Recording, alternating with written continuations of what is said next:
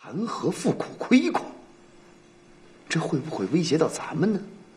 我也不知道，所以才这么着急呢。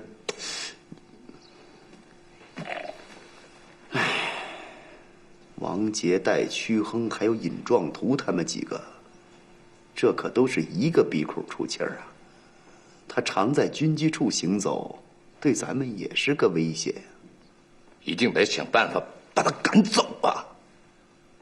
对，一定得把他赶走。不过现在当务之急是要弄清楚尹壮图奏折里的内容。折子在皇上手上，还能想什么办法？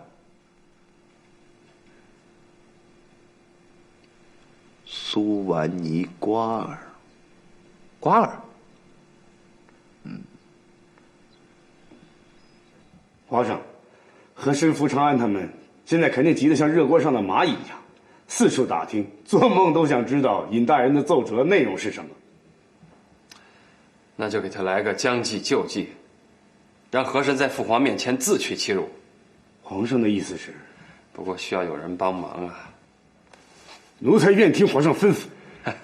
不是你，不是你，那是苏完尼瓜尔。皇上的吩咐，奴婢义不容辞，就当奴婢为自己赎罪了。千万别这么说，朕再抻2天，和珅肯定就会找你，你照朕说的做就是了。是，皇上。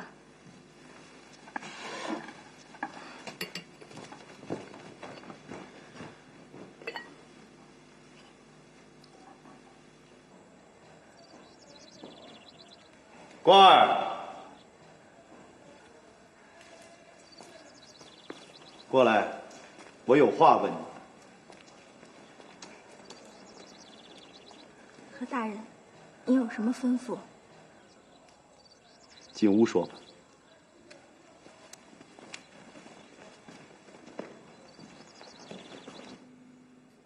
皇上拿到尹壮图的奏折好几天了，为什么不见动静呢？一不处理，二不禀报太上皇。皇上到底怎么想的？你说说。皇上他也拿不准主意，正犹豫着呢。奴婢偷听到皇上他在自言自语，说这件事儿要是禀告了太上皇，恐怕会有很多人头落地。要是不禀报的话，这件事情太严重了，恐怕也瞒不过去。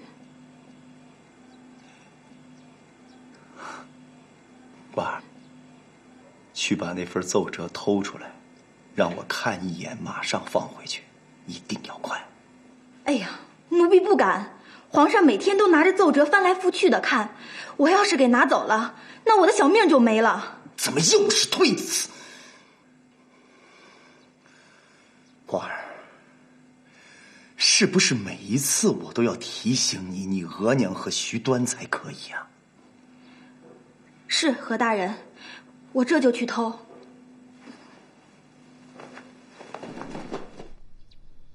瓜儿，你按照尹大人的笔记造一份假奏折，把涉及弹劾和珅的那部分内容都给删掉。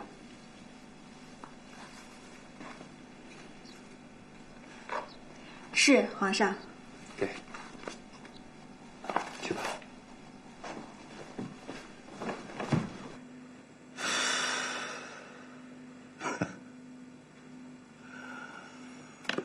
没有啊，什么事儿，担惊害怕了好几天。干得不错，官儿，悄悄放回原处，不要让皇上知道了。嗯，是，何大人。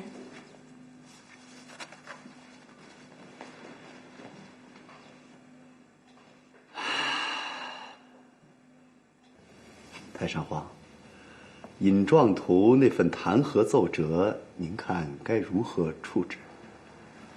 你说什么？啊，皇上，您看太上皇还不知道呢。就是尹壮图那份奏折，那是怎么回事啊？父皇，儿臣一时还拿不准奏折的内容是否属实，所以就一直带在身上，没有上呈父皇预览。既然何相公说起来了，那就让他读给父皇听吧。念这，奴才这就念给您听。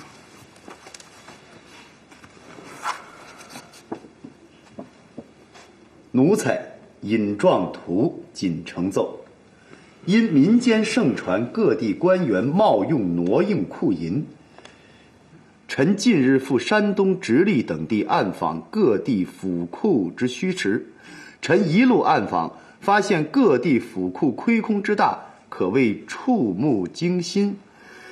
更有甚者，府库之官银居然堂而皇之在市井钱庄里放贷生息。太上皇让你接着往下念。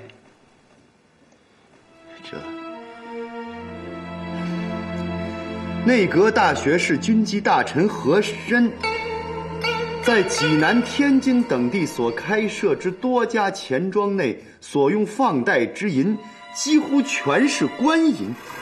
太上皇，这是诽谤，这是诽谤啊！你呀，是不是诽谤？一查便知。王杰，臣在。你会同尹壮图，明天就动身前往直隶、山东核查奏折内容是否属实。和珅回避。臣遵旨。刘全儿，阿玉，你马上动身，连夜去直隶、天津传信，让他们想尽办法在一夜之间把府库填满，应付王杰等人的盘查。还有，天津、济南的钱庄里库银一律转移，1两银子都不能留下。快去，快去！这。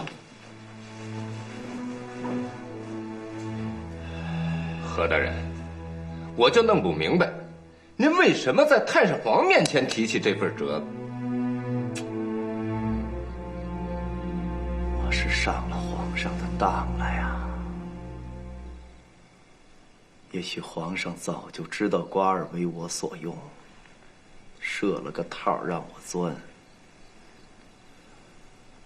我太小瞧他了。皇上，山东直隶各州县已查不出什么真凭实据了。怎么会这样呢？和珅事先已经做了准备，各地的贪官已经挪移掩饰，当然查不出来了。皇上，和珅一定会趁此机会报复尹大人，应设法尽快保护尹大人。朕立刻下旨，派你去浙江考察学政，你先出去避一避。谢皇上。太上皇口谕：尹壮图无中生有，造谣生事，必须严惩。即日内革职交刑部一审，钦此。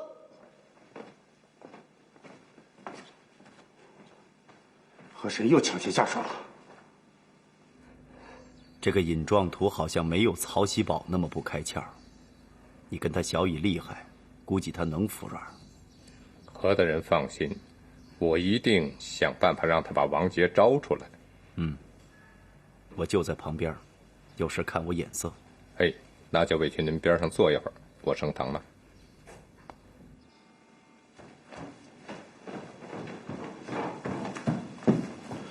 皇上，太上皇下旨命福长安在刑部大堂审判尹大人，和珅也悄悄过去了，他们一定会趁此机会加害尹大人。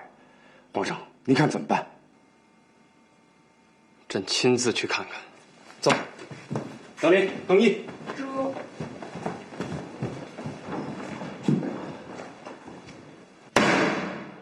尹壮图，奉太上皇旨意，你的案子就由本官来主审了。以本官看来，这个案子可轻可重，是轻判还是重判，就看你今天识不识相了。你听明白了吗？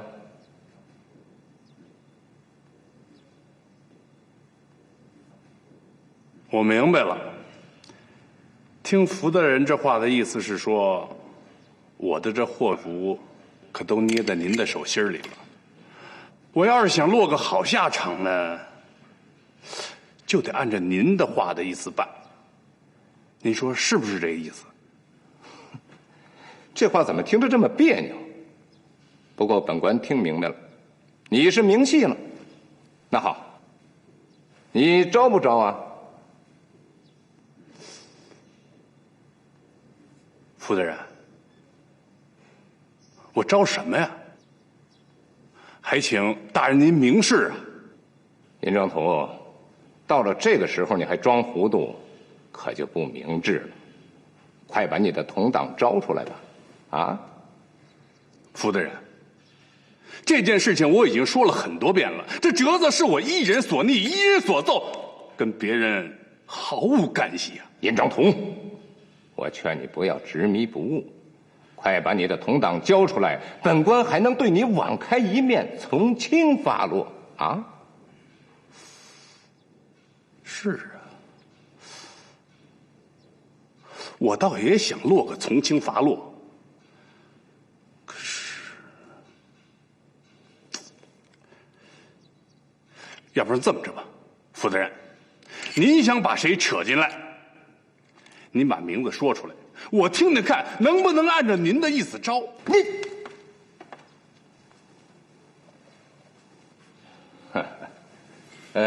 好。那我问你，在上这份折子前，你是不是去见过王杰？他是不是你同谋啊？福大人，您是想让我把王中堂给牵扯进来？不行不行，这可绝对不行！王中堂可是我的恩师啊，我要是诬陷了他，这可就是欺师灭祖。您就是给我一条活路，我不是也没脸在这世上活着不是？要是换个别人，我倒可以考虑考虑。谁？还有谁？你快说！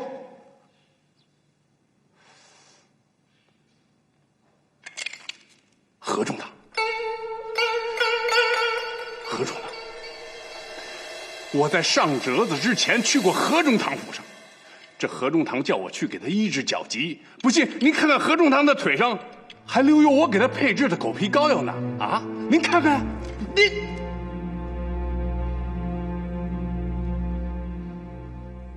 尹壮图，你死到临头还敢耍弄本官？哼，好，既然你如此顽固不化，那就别怪本官我不客气。尹壮图听判，按大清律例，你挟诈欺公妄生义，当判死罪。本官判你斩立决。谢了。这回钟馗面前可又多了一个冤死鬼。这曹大人捉鬼打鬼的路上，我这尹壮图也可以结伴同行了啊！你，哈哈哈！来呀，给我压下去，打入死牢！哈哈哈哈哈！皇上驾到！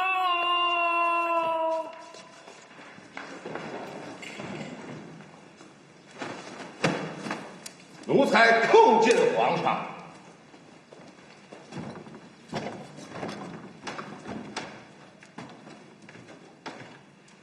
都起来吧。谢皇上。富察，奴才在。案子问完了吗？回禀皇上，问完了。那你打算怎么判啊？回禀皇上，奴才按大清律例逆判斩立决，正打算逆折子奏请皇上和太上皇核准呢。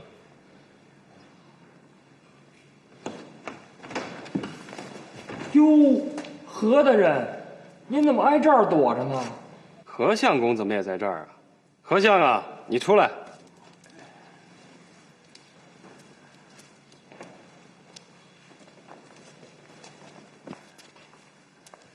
奴才叩见皇上。你怎么会在这儿呢？还躲着？啊？皇上，奴才刚好路过此处，不想皇上突然来了，奴才怕惊了圣驾，就没敢出来，奴才有罪。朕有那么胆小？依朕看，不是你惊了朕的驾，而是朕惊了你的驾吧？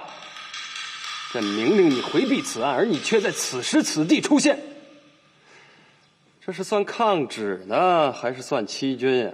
福长安，你说呢？皇上，奴才没有干预此案呢，奴才还狡辩，奴才该死。你的事儿先放一放，待朕问完尹壮图的案子再说。那奴才就先回避了。哎，既然你对这个案子这么关心，那就站一边听着吧。来都已经来了。是。尹壮图，罪臣在。起来回话。谢皇上。那份折子是你写的？回皇上，折子是我写的。有没有同谋？回禀皇上，是我一人所为，绝没有同党。傅长安，奴才在。他刚才是这么说的吗？回皇上，是这么说的。既然如此，那可以结案了。现在朝廷正值用人之际，尹壮图既已认罪，就可以从轻处罚，降为从4品留用。此案到此为止，不得再牵连他人。谢皇上。何相傅长安，奴才在。奴才在。朕这么断，你们有什么异议吗？奴才没有异议。那好，现在就拟折子，上奏太上皇。奴才这就拟折子。万岁，奴才的罪，朕不是说过吗？得饶人处且饶人。这次，朕就不罚你了。但是你要记住了，下不为例。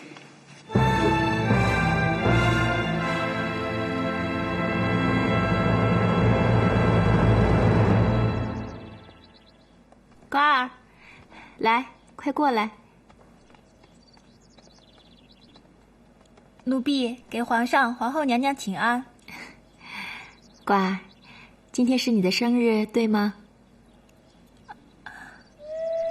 谢皇上、皇后娘娘记挂，今天的确是瓜儿的生日。皇上要赐你一样东西。真的？这个长命锁呀，是朕赏给你的，拿着。谢皇上、皇后娘娘。哎，你先别忙着跪呀，我还有一样东西要送给你呢。这对耳环，你先收下，等你出嫁的时候再戴上它啊。拿着。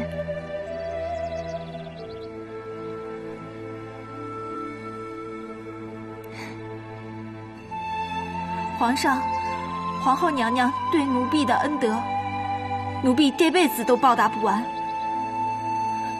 受瓜儿一拜。哎，免了免了，你今天是寿星，不能磕头，否则就折寿了。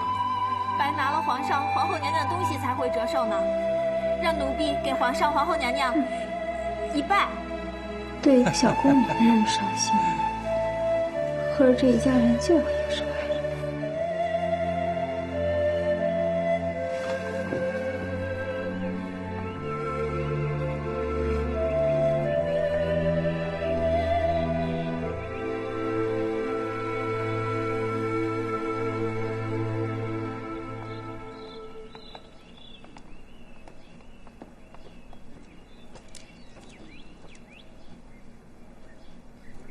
你们先退下。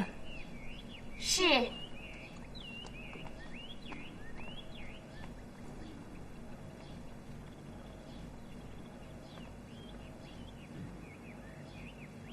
鄂总管，奴才在。有件事儿我得求你帮忙。您尽管说。这银票你先收下。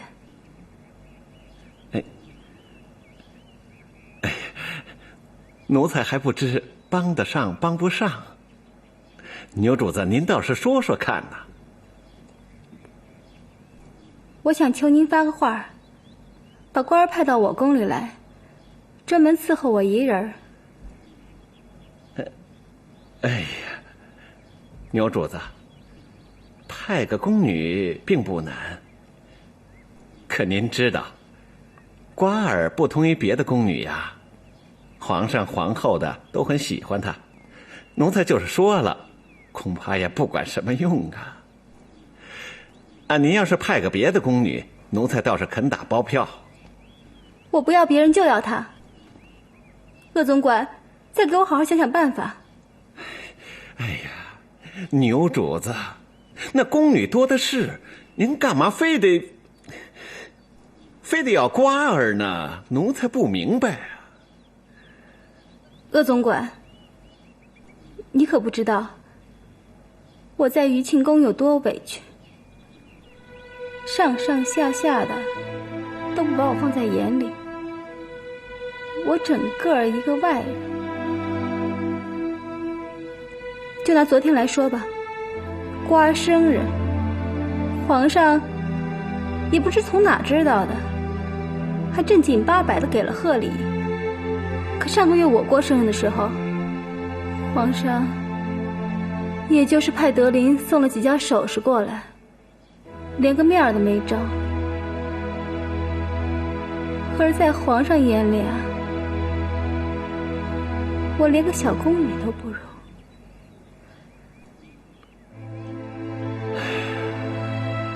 这个苏婉妮瓜儿可势利了，见挑围着皇上皇后转，我这他1个月也来不上几回。他不来，我偏要他来，我就是要争这口气。牛主的话说到这儿，这个忙奴才帮了。鄂总管有办法了？太上皇啊，奴才想法子说动太上皇，让他把瓜儿赐给牛主子。太上皇发话了，谁能拦得住啊？好办法，那要鄂总管多费心了。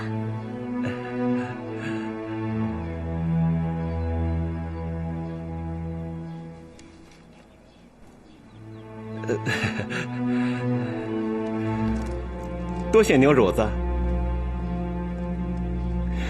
您就放心吧。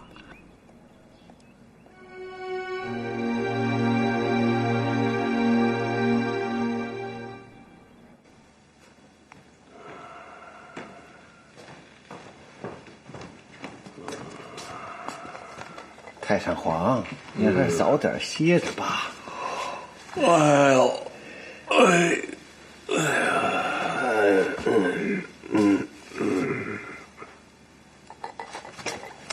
太上皇，奴才来，奴才来。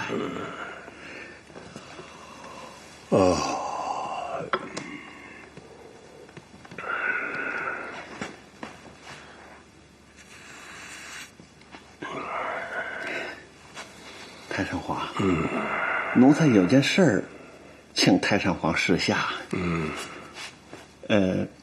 皇贵妃最近身体有点不舒服，奴才寻思着从宫里找个宫女贴身伺候，请太上皇恩准。好，您说。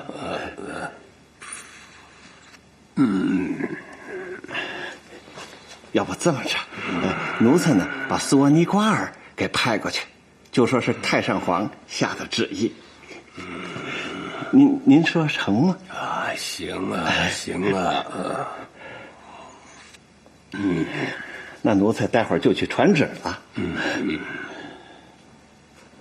太上皇口谕：因皇贵妃近日身体不适，着宫女苏婉妮瓜儿即日起诣其宫中，专司贴身伺候皇贵妃之职，钦此。奴婢遵旨。皇上皇后，奴才去养心殿伺候太上皇去了。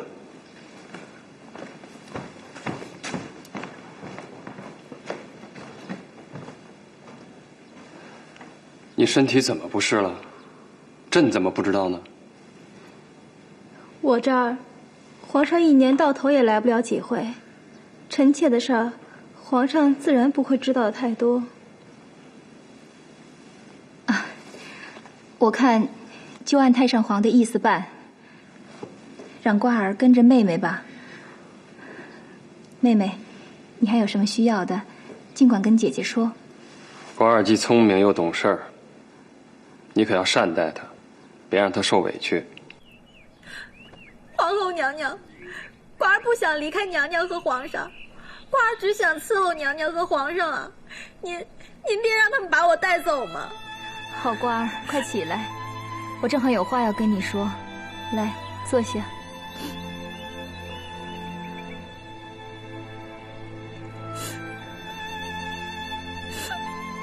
瓜儿，你又聪明又懂事。皇上说的对，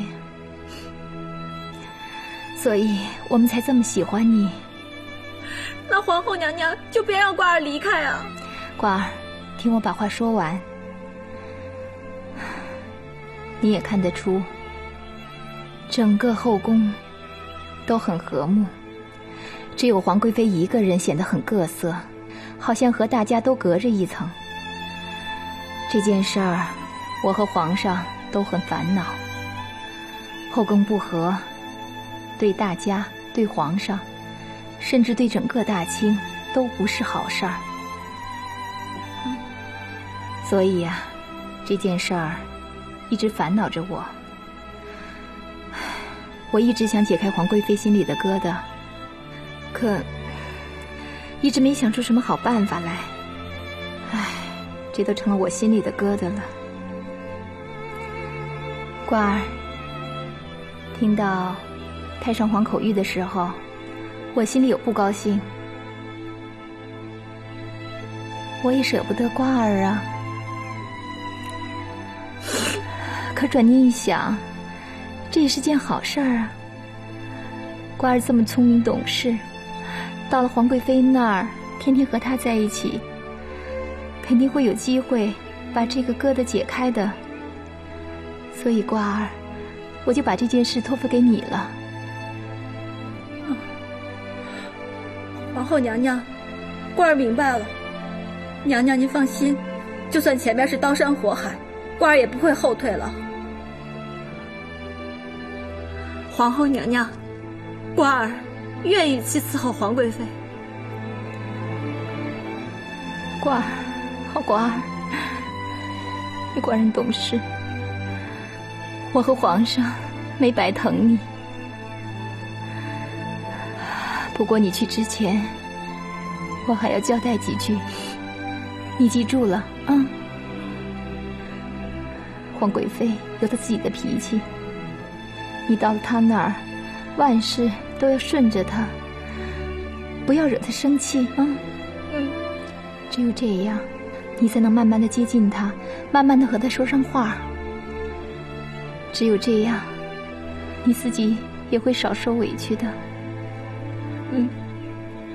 皇后娘娘，您放心，瓜儿都明白。那就快去吧，省得皇贵妃等急了。去吧。是，皇后娘娘。快去吧。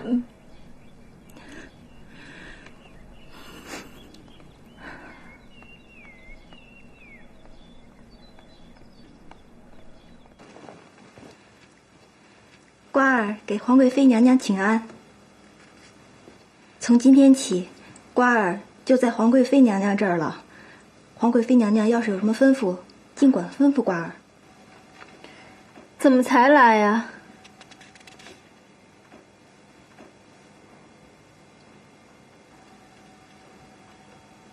哟，眼睛怎么肿了？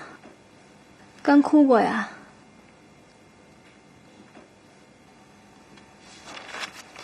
说老实话，你是不是不乐意来呀？奴婢愿意伺候皇贵妃娘娘，只是奴婢的眼睛不小心进了一粒沙子，弄了半天才弄出来，所以来晚了，请皇贵妃娘娘恕罪。我腿酸了，来，给我捶捶腿。是。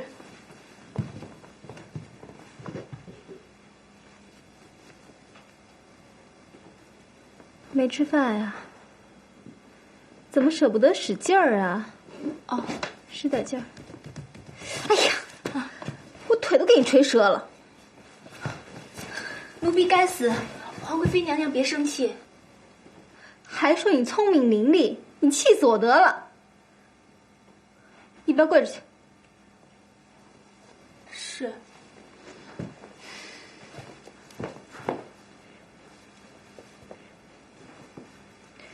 什么时候叫你起来，什么时候起来。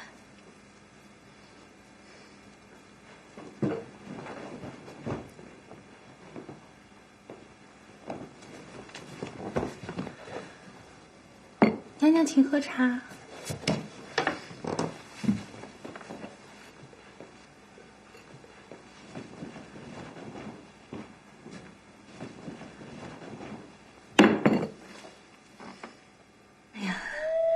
你瞧这膝盖肿的，这皇贵妃也太拿咱不当人了。刚去第1天就这么折腾，这谁受得了啊？哎呀，别瞎嚷嚷，我扛得住。你扛得住？你扛得了1天，扛得了1月，扛得了1年啊？瓜儿，你可不能这么忍气吞声的，你得让皇上皇后给你做主。这点小事儿，犯不着惊扰他们。纳兰姐姐，你仔细想想啊，皇贵妃她心里气儿不顺，也是因为她心里边觉得委屈。你想想啊，皇上1年到头的都去不了她那儿几趟，她就像一只无人浇水的花儿，没有人欣赏，这心里边能不委屈吗？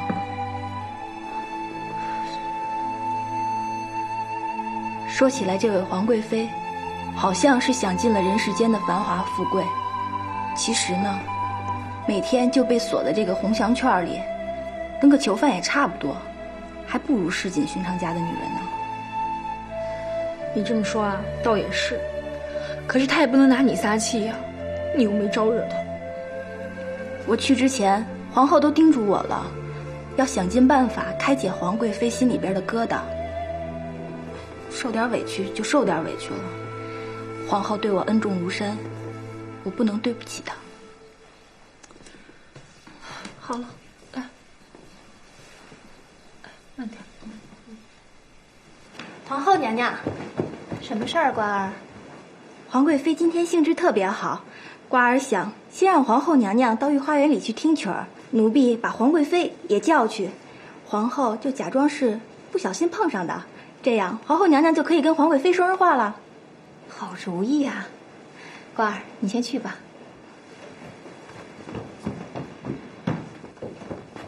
贵妃娘娘，内务府传来一位京城的名角在御花园里唱曲儿呢，您不过去听听？唱的什么呀？好像是《西厢记》。《西厢记》，我还真想听听。那奴婢这就陪您去好吗？哎，那还有谁在听啊？好像还有几位嫔妃也在那里听呢。皇后不在。奴婢刚才没有看到皇后。那我就去。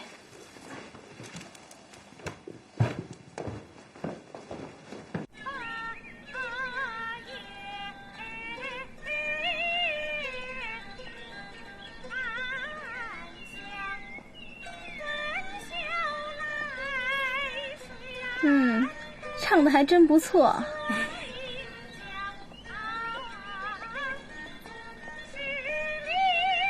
妹妹，你来的正好，一起去听戏吧。姐姐也在这儿啊。我还有别的事儿。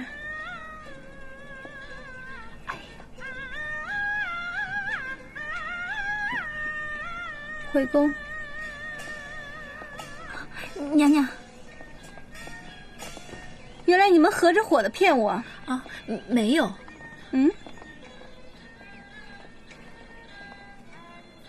竟敢和别人串通好了出我的丑啊？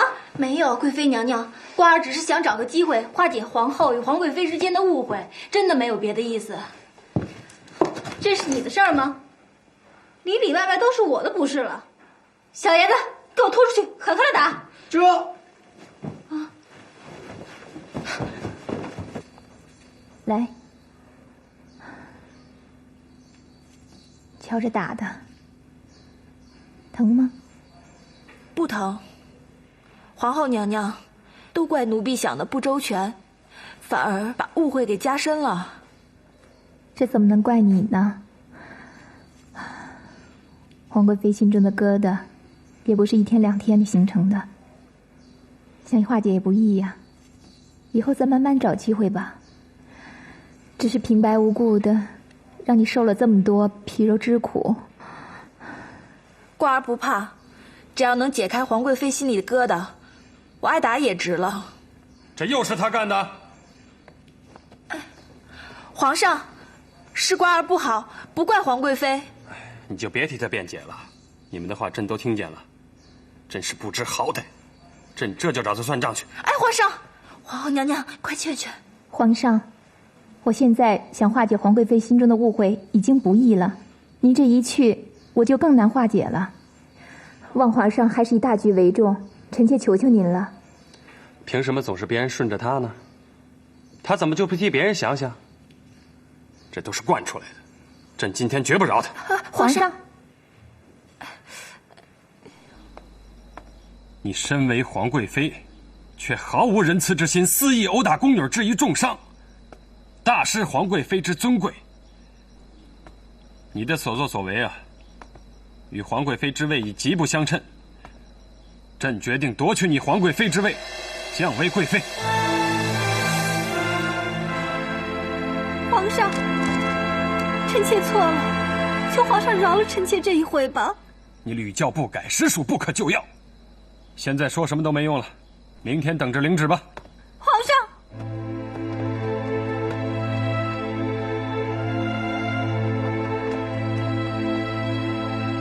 鄂总管，这皇上要真下了旨，我这脸可没地儿搁了。鄂总管无论如何得帮帮我。可怎么帮啊？你在太上皇面前递句话不就结了？牛主子，那再怎么说，我在太上皇面前也是个奴才。小事嘛，我替您递个话，那还是可以的。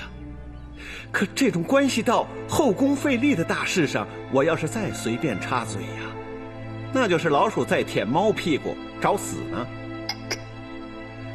哎，千不该万不该呀！您不该把皇上惹恼喽。这个忙奴才实在是帮不了。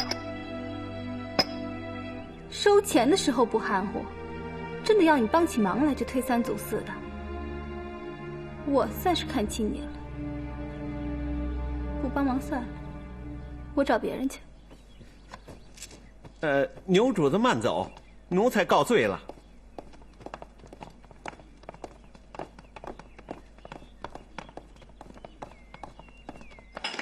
自从皇贵妃进宫以后，皇上就一直对她很冷淡。这表面上看是皇上跟皇贵妃的私情问题，实际上这是皇上对钮钴禄家族的态度问题嘛？啊？皇上以此举对待钮钴禄家族，这不就是冲我和珅来的吗？这招我要不接，那以后就只能是任人宰割了啊！透彻，还是何中堂看得透彻。所以啊，您千万不能让皇上废了皇贵妃，否则不仅皇贵妃今后在宫里抬不起头来，就连咱们钮钴禄家族在大清国也抬不起头啊！放心吧，这么大的事儿我不会坐视不管。谢谢何大人。事不宜迟，我马上就得去觐见太上皇。刘全啊，老爷，什么事儿？吩咐厨子做一碗他最拿手的栗子羹。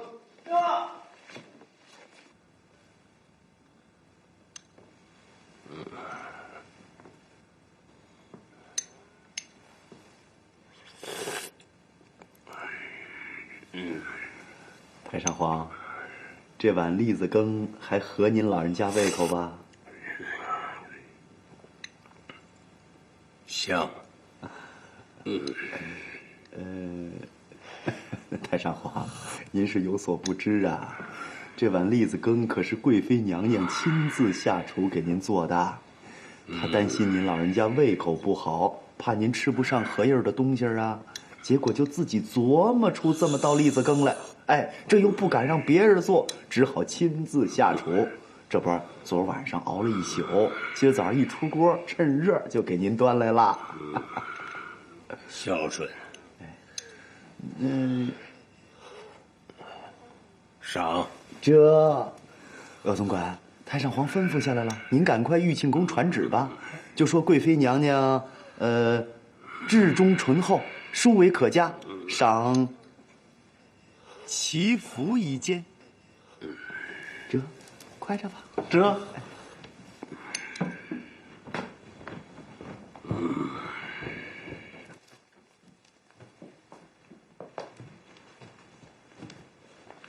皇上，臣妾拜见皇上。本事不小啊，关节都打到太上皇那里了。臣妾不敢。听着，你若是还把心思花在这上面，老是不思悔改的话，将来有你好瞧的。